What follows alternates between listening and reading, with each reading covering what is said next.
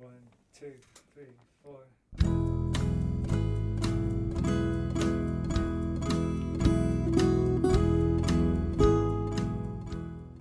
You're listening to the SKYLIT Books podcast. We're an independent, general interest bookstore putting great reads in the hands of people in the Los Feliz neighborhood of Los Angeles. Hosted by resident Skylighters, we're here to bring you new and exciting author conversations, group reads, and bookseller chats. Happy listening. Okay. Hello, lovely listeners, and welcome back to the SKYLIT Books podcast. I'm your host, Natalie Freeman, and today we are so excited to welcome Tabitha Lasley to talk about her new memoir, Sea State.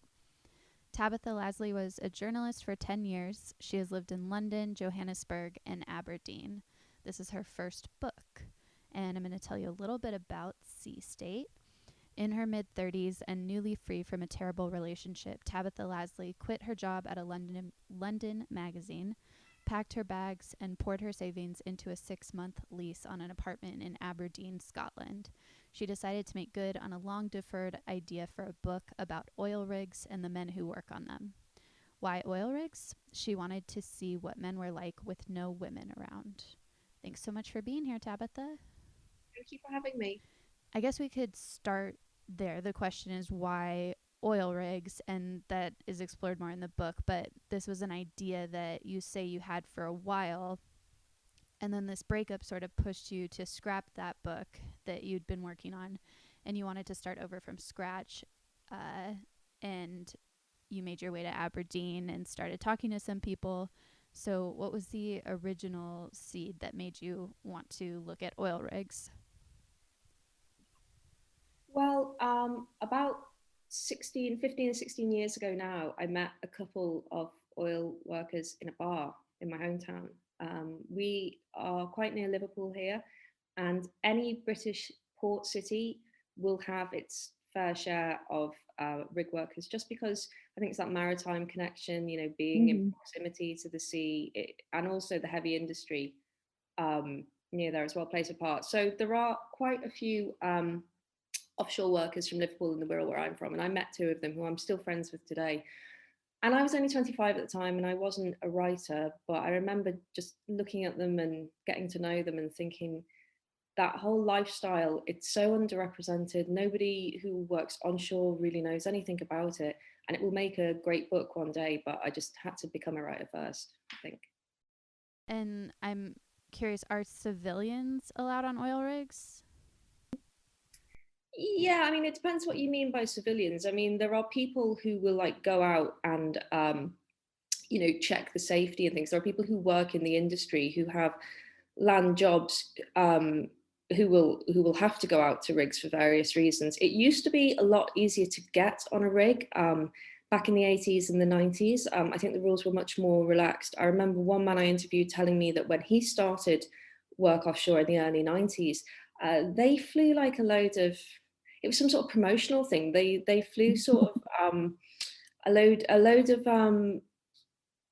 mums and wives and sisters out for the day, I think. And another time he said there was I can't remember like the exact person that was phoned up, but he said there was a load of sort of, I mean, what you would have called then sort of trolley dollies, sort of like heavily made up hostesses that they flew out for the day and things. And that sort of thing used to happen. But, I think in every industry, if you talk to anyone in any industry, they'll always talk about how brilliantly lax things were in the past compared to these days, increased regulation and everything being digitized, recorded. Yeah, it's harder these days to get out. You need to take a course called, well, in Britain, you need to take a course called the BOSIAT just for insurance purposes. And that course is now over £1,000 to take. And if you want to go out there, you have to fund that yourself. I mean, anyone wanting to work offshore who hasn't got that specific experience needs to fund it themselves before they even get an interview. So significant investment to even try and get out offshore. I'm sure not only in the oil industry, but in so many industries, people are saying that things aren't the way they used to be. Nobody was paying attention. We could do whatever we wanted. And it's kind of come full circle in a way, but maybe a little ways past that a weird kind of 180 where, yes, the regulations and safety measures are more strict, but they aren't being enforced as harshly. You mentioned talking to guys out there who say, yeah, no one's paying attention to us, or things like that. And you talked about stop cards, which guys were basically just using to tattle on each other. Yeah, I mean, I think things in a time of recession, and oil's been in a more or less permanent recession for the last 6 years now, things will get lax, but not lax in a fun way, not lax like buying out a sort of, you know, plane load of trolley dollies or whatever. It will be lax in the way that like people get injured and die because, you know, they're cutting corners with safety and compliance. Yeah, I mean, that happens. And again, that happens in every industry in, you know, sort of hard times because, you know, it's just the first thing to go when money is tight, I think. People, and, you know, they keep people who are willing to cut corners and, you know, sort of dance around the rules to get things done, rather than the people who will stand up to management, who will stick to protocol and who will say, no, this isn't right. You know, in downturns, those people become too expensive and the cost is too high to keep people of principle on. So they're the first to go too. Yeah, and a lot of the guys you talked to said, oh, well, they got transferred, but then they got transferred, but where did they go? And they weren't getting transferred, they were just being replaced. Well, they'd either get transferred to rigs that were being decommissioned. So it was like a kind of, I guess, a sacking in the future. Or, you know, sometimes, I mean, they have a thing in the North Sea called NRB, not required back. Companies say it's apocryphal, but it isn't. And it's basically industry-wide blacklisting. So if you get known to be a troublemaker, quote unquote, then you'll find it very hard to get work anywhere. I wanted to ask you about the structure of the book. It's a memoir as much as it is a sort of nonfiction study. I mean, it really is, and I love the way that you were able to weave both aspects of the story together in that way, because it felt very, it read like it could have been a fiction narrative, and it is a little bit insane. It was your life for a while, and I'm sure you feel like that as well. Yeah, definitely. I think one reviewer called it a prolonged moment of personal crisis, which it definitely was. I think that in any life, if you've got problems that you don't address, if you keep running from them, eventually they catch up with you. You know, it's like that thing, wherever you go, you are there. Take your problems with you. And I've been running from various problems for about 5 years. And I thought by changing my location, I would leave those problems behind. But obviously, I brought my baggage with me. I just changed the setting. And I feel like I've been reading a lot of stories like this recently. They feel like they're lasting forever, at least to the people at the center of them. And 6 months is a long time, but it's also kind of short in the grand scheme of everything. And I think there's so much power in just seeing a snippet of someone's story and realizing that it doesn't need to span years or decades in order to be some grand, extraordinary story. A lot can happen in 6 months. Right. I mean, I think when we grow and when we learn, it's a bit like the aging process. It happens all at once. And then you'll have a fallow period where nothing happens for ages and ages and ages. And then, you know, a lot of things will happen inside a short period of time. That's just how life goes. You know, experience isn't meted out, you know, in completely equal parts. So I think, you know, yeah, I'm an editor by nature. You know, I used to be an editor on a magazine, so I'm instinctively a cutter. And I always wanted to write a slim volume. I think I heard Fran Lebowitz talking, I think it was on that Netflix special she did, about how with the advent of the word processor, you know, books just became longer and longer and longer. I actually think books are far too long these days, especially when authors get really famous, you know, and then you get the sort of too famous to edit syndrome.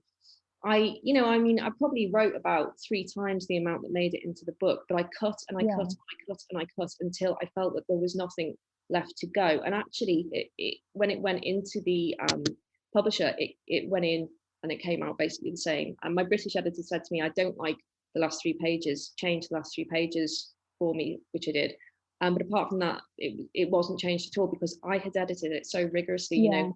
Some of those pages have been through 20 edits at my end before, because that is just, I think, and thinking about the sort of meta structure, it was a brief window, because I didn't feel the need for the narrative to be sprawling. It was, oh no, it was it was just it was a kind of a brief window in which a lot happened. One of the technical challenges of it was actually all the action happened in the first 2 months of my being in Aberdeen. So when I came to write it, one of the questions I had to ask was, how do I construct something into a narrative when all the action is front loaded? Because turning the page is generally, the action is sort of backloaded, isn't it? So that's why I made the decision to tell the story of my own breakup in the very last chapter. And I loved that it was you telling your story to another rig worker at that point. And there was something just so tender about him laying his head on your lap while you told him this fairy tale, almost a fractured fairy tale for sure, but still there was something very nurturing about it. And I mean, he was a kid, he was very young. Yeah, I mean, I was very, very influenced in fairy tale imagery, actually. It's something that I'm really interested in, those kind of narratives we carry in our blood.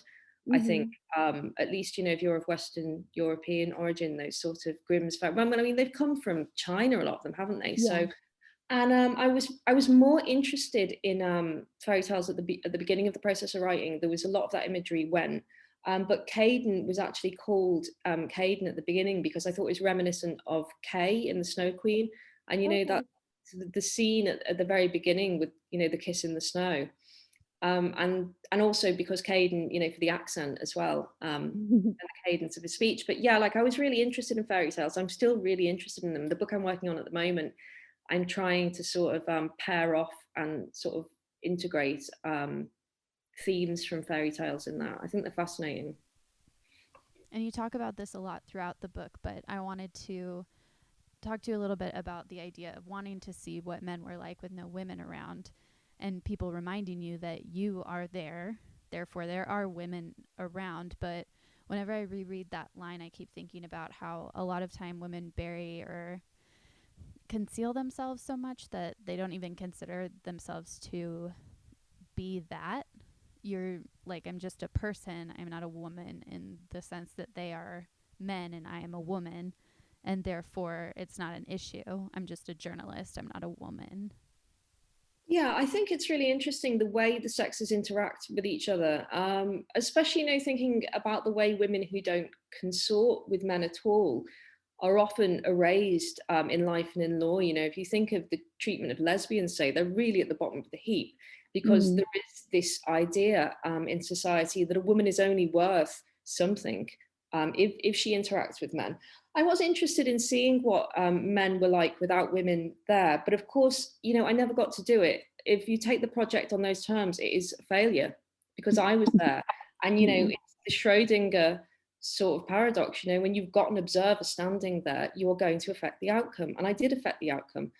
Yeah, I mean, I didn't really learn anything good about men, though. I will say that, like, it put me off them a lot. It almost felt like exposure therapy. I went up to Aberdeen obsessed with men and thinking that I had to have a man and that I was incomplete without one. And then I saw so much of them over the next 6 months. I came back and I was like, ugh. Well, some of the most relatable parts of this book for me were, one, the part where you're describing all of your Tinder interactions.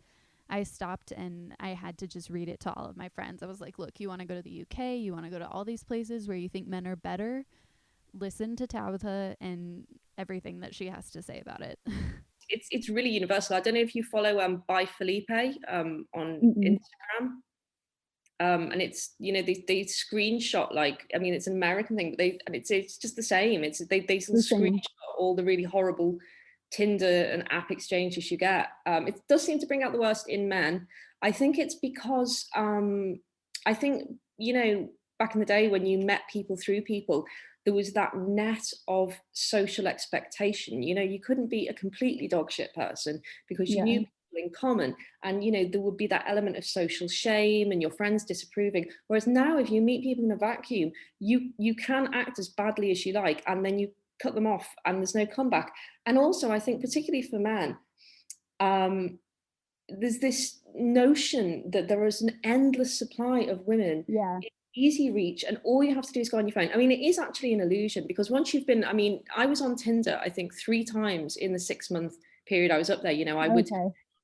I would get fatigued and come off and then go back on again. And you would start seeing the same people over and over again. You'd be like, oh, you again, you know? So there isn't actually, and you know, half the people on there aren't proper people. They're like catfish. Yeah. Certainly, I don't know Yeah. what it's like, but in Britain, I mean, I had one boyfriend say to me that he saw girls he knew on Tinder, but they weren't them, you know, because you'd look at the bio and it would be obvious it wasn't them, but they were just stolen pictures. They were just Okay. catfishing. Yeah. And yeah, so there's this illusion that there's endless options out there, but it is an illusion. There isn't. But I do think men are getting worse for a variety of reasons. And I think that, I mean, don't forget, this book was written about events that happened in 2015. And I think the apps have got much worse since then, from what I understand. I would occasionally be on them, and then I would just get fatigued from doing nothing. Yeah. I think it's ambient, the fatigue. You know, you just looking at the same thing over again, the same pictures, the same lines in biographies. And you know, you see men, and I'm sure they have the same with us as well, but you know, when you see men writing things like, oh, you know, no drama, that's a big, you know, they almost talk in code. No drama is a big red flag for me, because what does it mean? It means that you don't like being shouted at, you don't like somebody, you know, having a problem with anything you do. So no drama was something that I always steered clear of. And you know, even if you're not having any contact with these people, just, you know, flipping through these profiles and seeing variations on the same really depressing theme, it does wear you down after a while, I think. You talk about that social expectation. Did you find that because you were interacting with men who were either away from home, they obviously have some sort of code amongst themselves when they're on the rig in terms of their working relationships, but when they were out at the bars socially, what was their sort of hive mentality like in terms of the women that would come around to those bars? I think they generally tried to show off in front of each other, but certainly you wouldn't get anything out of them in an interview sense. I stopped bothering with group interviews after a while, because even though they were fun to do, they didn't yield any information, because, you know, they didn't want, if they're in a group, they don't want to be the one that starts, you know, sort of flapping their mouth to a journalist. So there's that sort of code. It's like, you know, don't be that guy who, you know, sort of can't hold his drink and can't hold his tongue. But you know, the ones to get were the ones on their own, and then they tell you everything. Like, you know, you get on a certain day and they tell you everything. And some of those men I still think about today. You know, I still think about them and think, I wonder if he ever got that thing sorted out. I wonder how his marriage is. I wonder how he's doing now. Because some of the interviews, not many of them, because not many people are good interviewees, but some of them are naturals. And those interviews have stayed with me forever. Can you talk about some of the other men like Saeed, who you ended up having friendly platonic relationships with, and there were people there that you spent time with, because you also talk about how when you picked up your life and to leave all your problems behind, you also left all of your friends behind. And sometimes you have to do that to figure out your things and work on what you need to work on, but then you realize how lonely it can be. And sometimes it's necessary, but it was comforting to see, and I was happy to know that you did have friends out there. One of the things everybody's seen over the past 2 years, is the importance of friendship, and the importance of that, you know, sort of platonic, expectationless social contact. You know, people take it for granted. I left my friends behind in 2015 like they were nothing.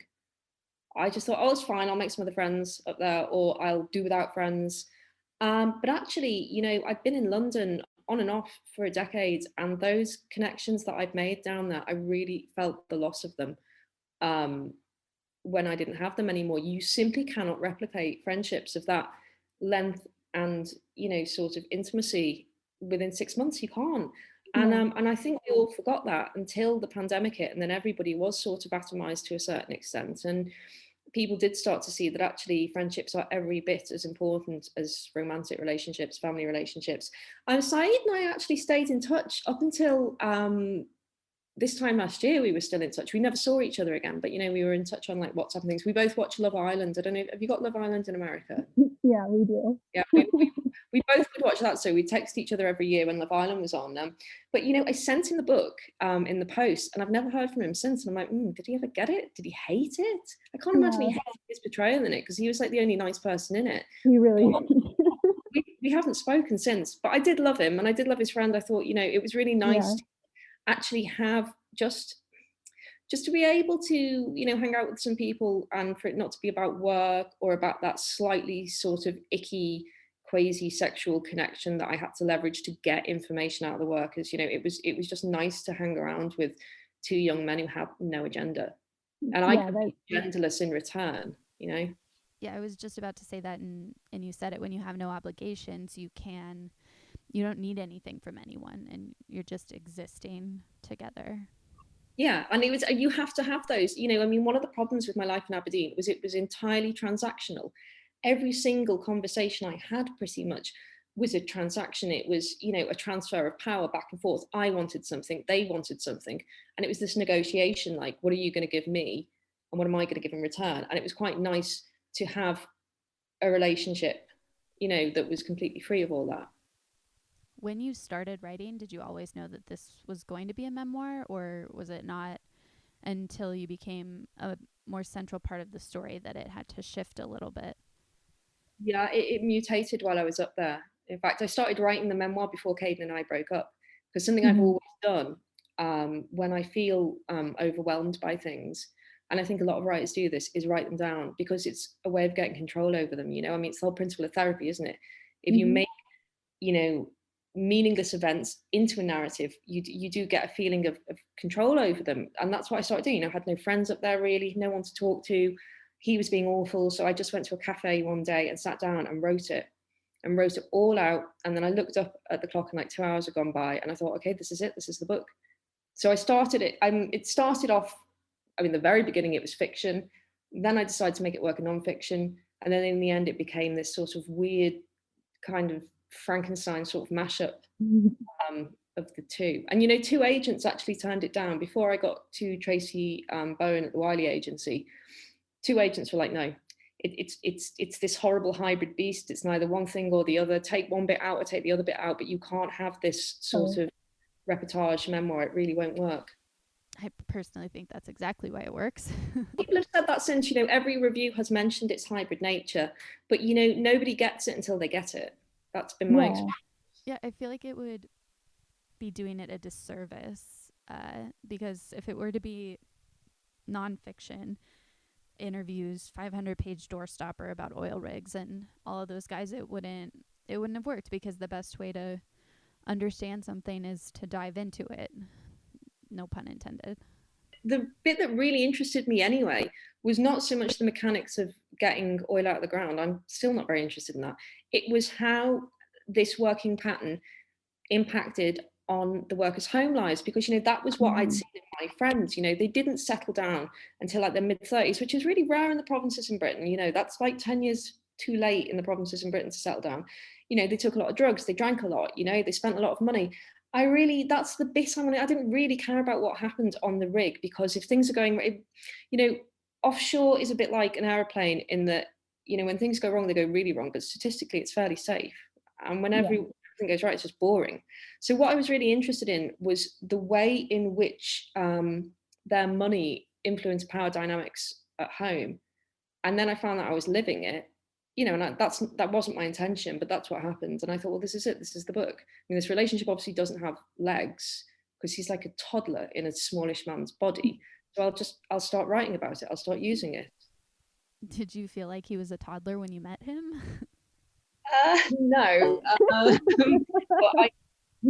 I had a completely made up idea of who he was when I met him, because I think, writers especially are prone to do that, but everybody does that a bit, and when you're sort of, dating and things, you do trick out your stall to like please customers, don't you? Like, I'm sure I acted different too, but he was very interesting, because he was the person I've met in my life who most had no personality at all. He had the closest thing to no personality at all.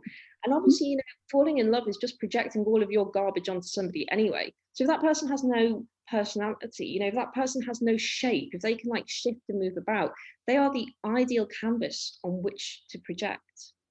And so the process of falling in love with them is very, very easy because, you know, there's no psychological kind of hard bits to butt up against. You can just, you know, they see you projecting and they make themselves into the image you want until, of course, they get bored of being that image, which inevitably they do because human beings get bored quite easily. And I know like 50 guys that I could swap in that could be him. Yeah. I mean, he is a type, and that's why I wasn't too worried about him being identified, because that type of man is really common in every country, I think. Another part that I still think about, just the way that you wrote it, it was very cathartic and vindicating for me for many circumstances in my life. Was after you guys had broken up and you hadn't seen him in a while, you end up back at the bar and you're talking to someone and they mention his name and that they've seen him walking around and you still haven't seen him, and you just talked about that feeling of like, how dare he, and how dare he have the audacity to just be walking around as if nothing happened. I think that's something every woman can relate to. It's just like, why are you even alive? Like, what's the point of you? And your life seems completely unchanged. And mine's totally different. And it's really unfair, because I do think, actually, it's a very broad generalization, but I do think, you know, I think women seem to be more upset about breakups initially. This is purely anecdotal, but just what I've observed over my 40 years is women seem to be more obsessed initially over breakups, and men are like, yay, I'm free, and they'll go out and they'll drink and they'll take advantage of their singleness. But then women will do the work to get over it in that period, and then 6 months later it will hit the man, and then he'll be all sad, and then that's when you get like the late night text, you know, I'm sorry, I miss you. I mean, I think that seems to be the process of every heterosexual breakup I've known about. That, you know, the women will grieve right at the beginning, and the men will have this sort of delayed process, and then they'll start sending, you know, sad texts. But by that point, you've moved on. You mentioned earlier that if this were to be considered an experiment, it would have been a failed one because it didn't work out how it was intended, and it never could have. And you also say that you're not a journalist anymore because that didn't work, and then you wrote a book. So what are you now? Are you a writer? Are you still a journalist? Are you a hybrid? What do you think? What do you think? Myself, like a hybrid form now. Yeah, I still do bits and pieces of journalism, but I'm lucky because at the moment I'm only really doing the bits and pieces of journalism I really want to. So yeah, like I do bits and pieces, but you know, I used to have to work really, really hard as a journalist. Like, you know, I was really low paid, and you know, when I freelanced, it was more like journalism. You know, I couldn't afford to take my time over pieces, whereas now I'm lucky in that I get to pick and choose. And I've just done a really long form piece for Esquire, which is coming out next month, about a murder in my hometown. I've also done an essay for Guardian, which is coming out next month, about cocaine, which was actually commissioned because of, you know, those last few lines about coke in the last chapter. So yeah, I still do bits and pieces, but I don't break my back doing it anymore, which is nice, because it's really hard for, like, you know, people criticize journalists all the time, you know, for their lack of fact checking and, you know, their lack of like process, I suppose. But what they don't factor in is that most freelance journalists are poor. They're poor, and they've got to take on too much work, really, just to keep their heads above water, especially if they're in London. And, you know, there's this whole kind of industry now, started by the Daily Mail, I think, sort of a decade or so ago, where they will coax female freelance journalists into these sort of confessional pieces, and they'll wave a lot of money, or comparatively big sums of money, in their face to do it, and then they'll put it up, and then they'll invite everyone to come along and, you know, say awful things in the comment. They're basically trolling their readers, like, oh, look at this woman with a stupid story. And there's a whole sort of subsection of the industry, which is like that now, basically. And it's, you know, it's particularly women. But yeah, it's a bit of a sort of, I don't know, like, it's a bit of a Faustian pact, really. You know, once you get into it and you get into selling off bits of your life, it's really hard to get out of. And that's something I've had to think about really carefully, you know, since publishing the book. Like, always editors want you to put more of yourself in your work if you've done it once, but it's something I'm not overly keen on doing. Yeah, it continues to sit with you, and then you always have to be thinking about it. Is that something you ever thought about in the beginning or at any point, or you thought maybe you were making a mistake, or did you regret the extent to which you became a central part of this story? Yeah, I never really, I mean, obviously you do consider it, but I've always really thought of it like this, and I still think of it like this with my journalism. It's like the bit of yourself you sell is like a property you'd buy to rent out. It's an asset. Whereas the bit of yourself that you live with, that's your home.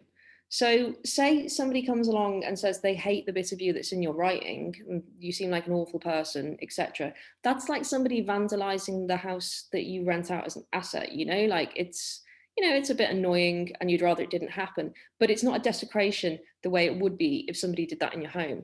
So you've got to sort of psychically divide the two selves, I think. And the self that I sell off is, sort of subtly different from the real me. You mentioned that the next thing you're working on is fairy tale-esque. Now that you've written your first book, do you want to keep writing a lot of books? I actually only think I've got 3 books in me. Okay. I don't think I've got loads of books in me, but the second one is a novel. I'm just trying something different to see if I can do it. And it's about what we used to call a hysterical contagion. I think they call it conversion disorder now, in a girls' school on a marsh. And I'm having fun with it. I'm trying to work in a lot of that, fairy tale sort of element, but also I live in a very boggy place. I've always been fascinated with bogs and marshes and kind of, that sort of liminal landscape. So I'm getting to work a lot of that into, and also like remembering sort of my own adolescence has been sort of fun / not fun. So, I'm kind of using the building blocks of real life to create a made up story, because that's all I know how to do, really. It's fun. I'm having fun with it. I'm very, very slow. My process is very slow. So I think I'll always be poor. I will never be quick enough to make a proper writing out of living, but I've just accepted now that that's the way I do things.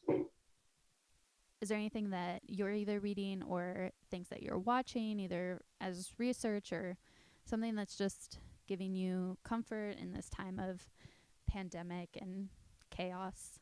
Yeah, I mean, I don't really separate my consumption of culture in sort of work, not work, because I think even if you're reading books or watching TV series, they've got absolutely nothing to do with your work. If they're good, you're still improving your craft by consuming them. So in terms of TV, I've just finished Succession, and like every other writer now, I'm just obsessed with it. I'm just starting it again at the beginning now. I'm reading a lot of Olivia Lang at the moment. I don't know if you know her work, but I think she's brilliant. And I'm reading The Lonely City at the moment. I wish I'd had that book with me in Aberdeen. It would have been a huge consolation, but unfortunately it only came out a year after Aberdeen. But it's such a brilliant book, and I can't recommend it highly enough. And I'm reading a lot of work. I'm reading a book called The Sleeping Beauties at the moment, and I actually, hang on, I might have it on me. I don't want to get the author's name wrong. So this is the book, The Sleeping Beauties. It's by a neuroscientist called Suzanne O'Sullivan. It's all about conversion disorders and inexplicable illnesses, what we used to call psychosomatic illnesses, all around the world. And it's fascinating. She goes from Kazakhstan to Nicaragua to Sweden, investigating these kind of cases of sort of group illnesses that have no kind of organic source, but are nevertheless very real. So that's what I'm reading for work at the moment. And you said that you're trying this new form with the novel, and I love that you said that you're trying. I feel like when you say that you're trying something, not that you're doing something, that takes like a different level of awareness. But I wanted to see if there's something you've always wanted to try, a form you love, or a medium that you wish you could do, but you're not quite sure if you could pull it off, or you don't even know if you'd want to try it. Well, I don't even know if I can do a novel. I've always had to think I can't make anything up, and I've got no imagination. So I think in trying to do a novel, like I'm having a go at a form that I'm not at all, I really didn't think I could write a book before I wrote a book, but now as soon as I managed to do that, I really thought I'd hit the ground running with this one, but now I'm just like, oh yeah, but you can't make things up. So I have that conversation with myself every day. In the future, there's certain books that I'd really, really like to bring to the screen, but that's something really far off. Like I'm really very obsessed with a book called Bad Blood by Lorna Sage. It's nothing to do with the case that's going on at the moment. It's a book that's about 20 years old. I don't know whether you know it. It's a memoir about her girlhood in post-war Shropshire. And I'm so obsessed with the book and I really long to bring it to the screen, but that's something that's a long way off. Well, thank you so much for talking to me today, Tabitha. It was such a pleasure. I love this book so much. I've sent so many people to go read it, and we have plenty of copies in the store. So for all our listeners, you can head to Skylight Books to grab your copy of Sea State, or you can order online at skylightbooks.com. Thanks for listening. Thank you so much. Thank you for listening to the Skylight Books podcast series. Please don't forget to visit our website at skylightbooks.com and make sure to follow us on Twitter and Instagram.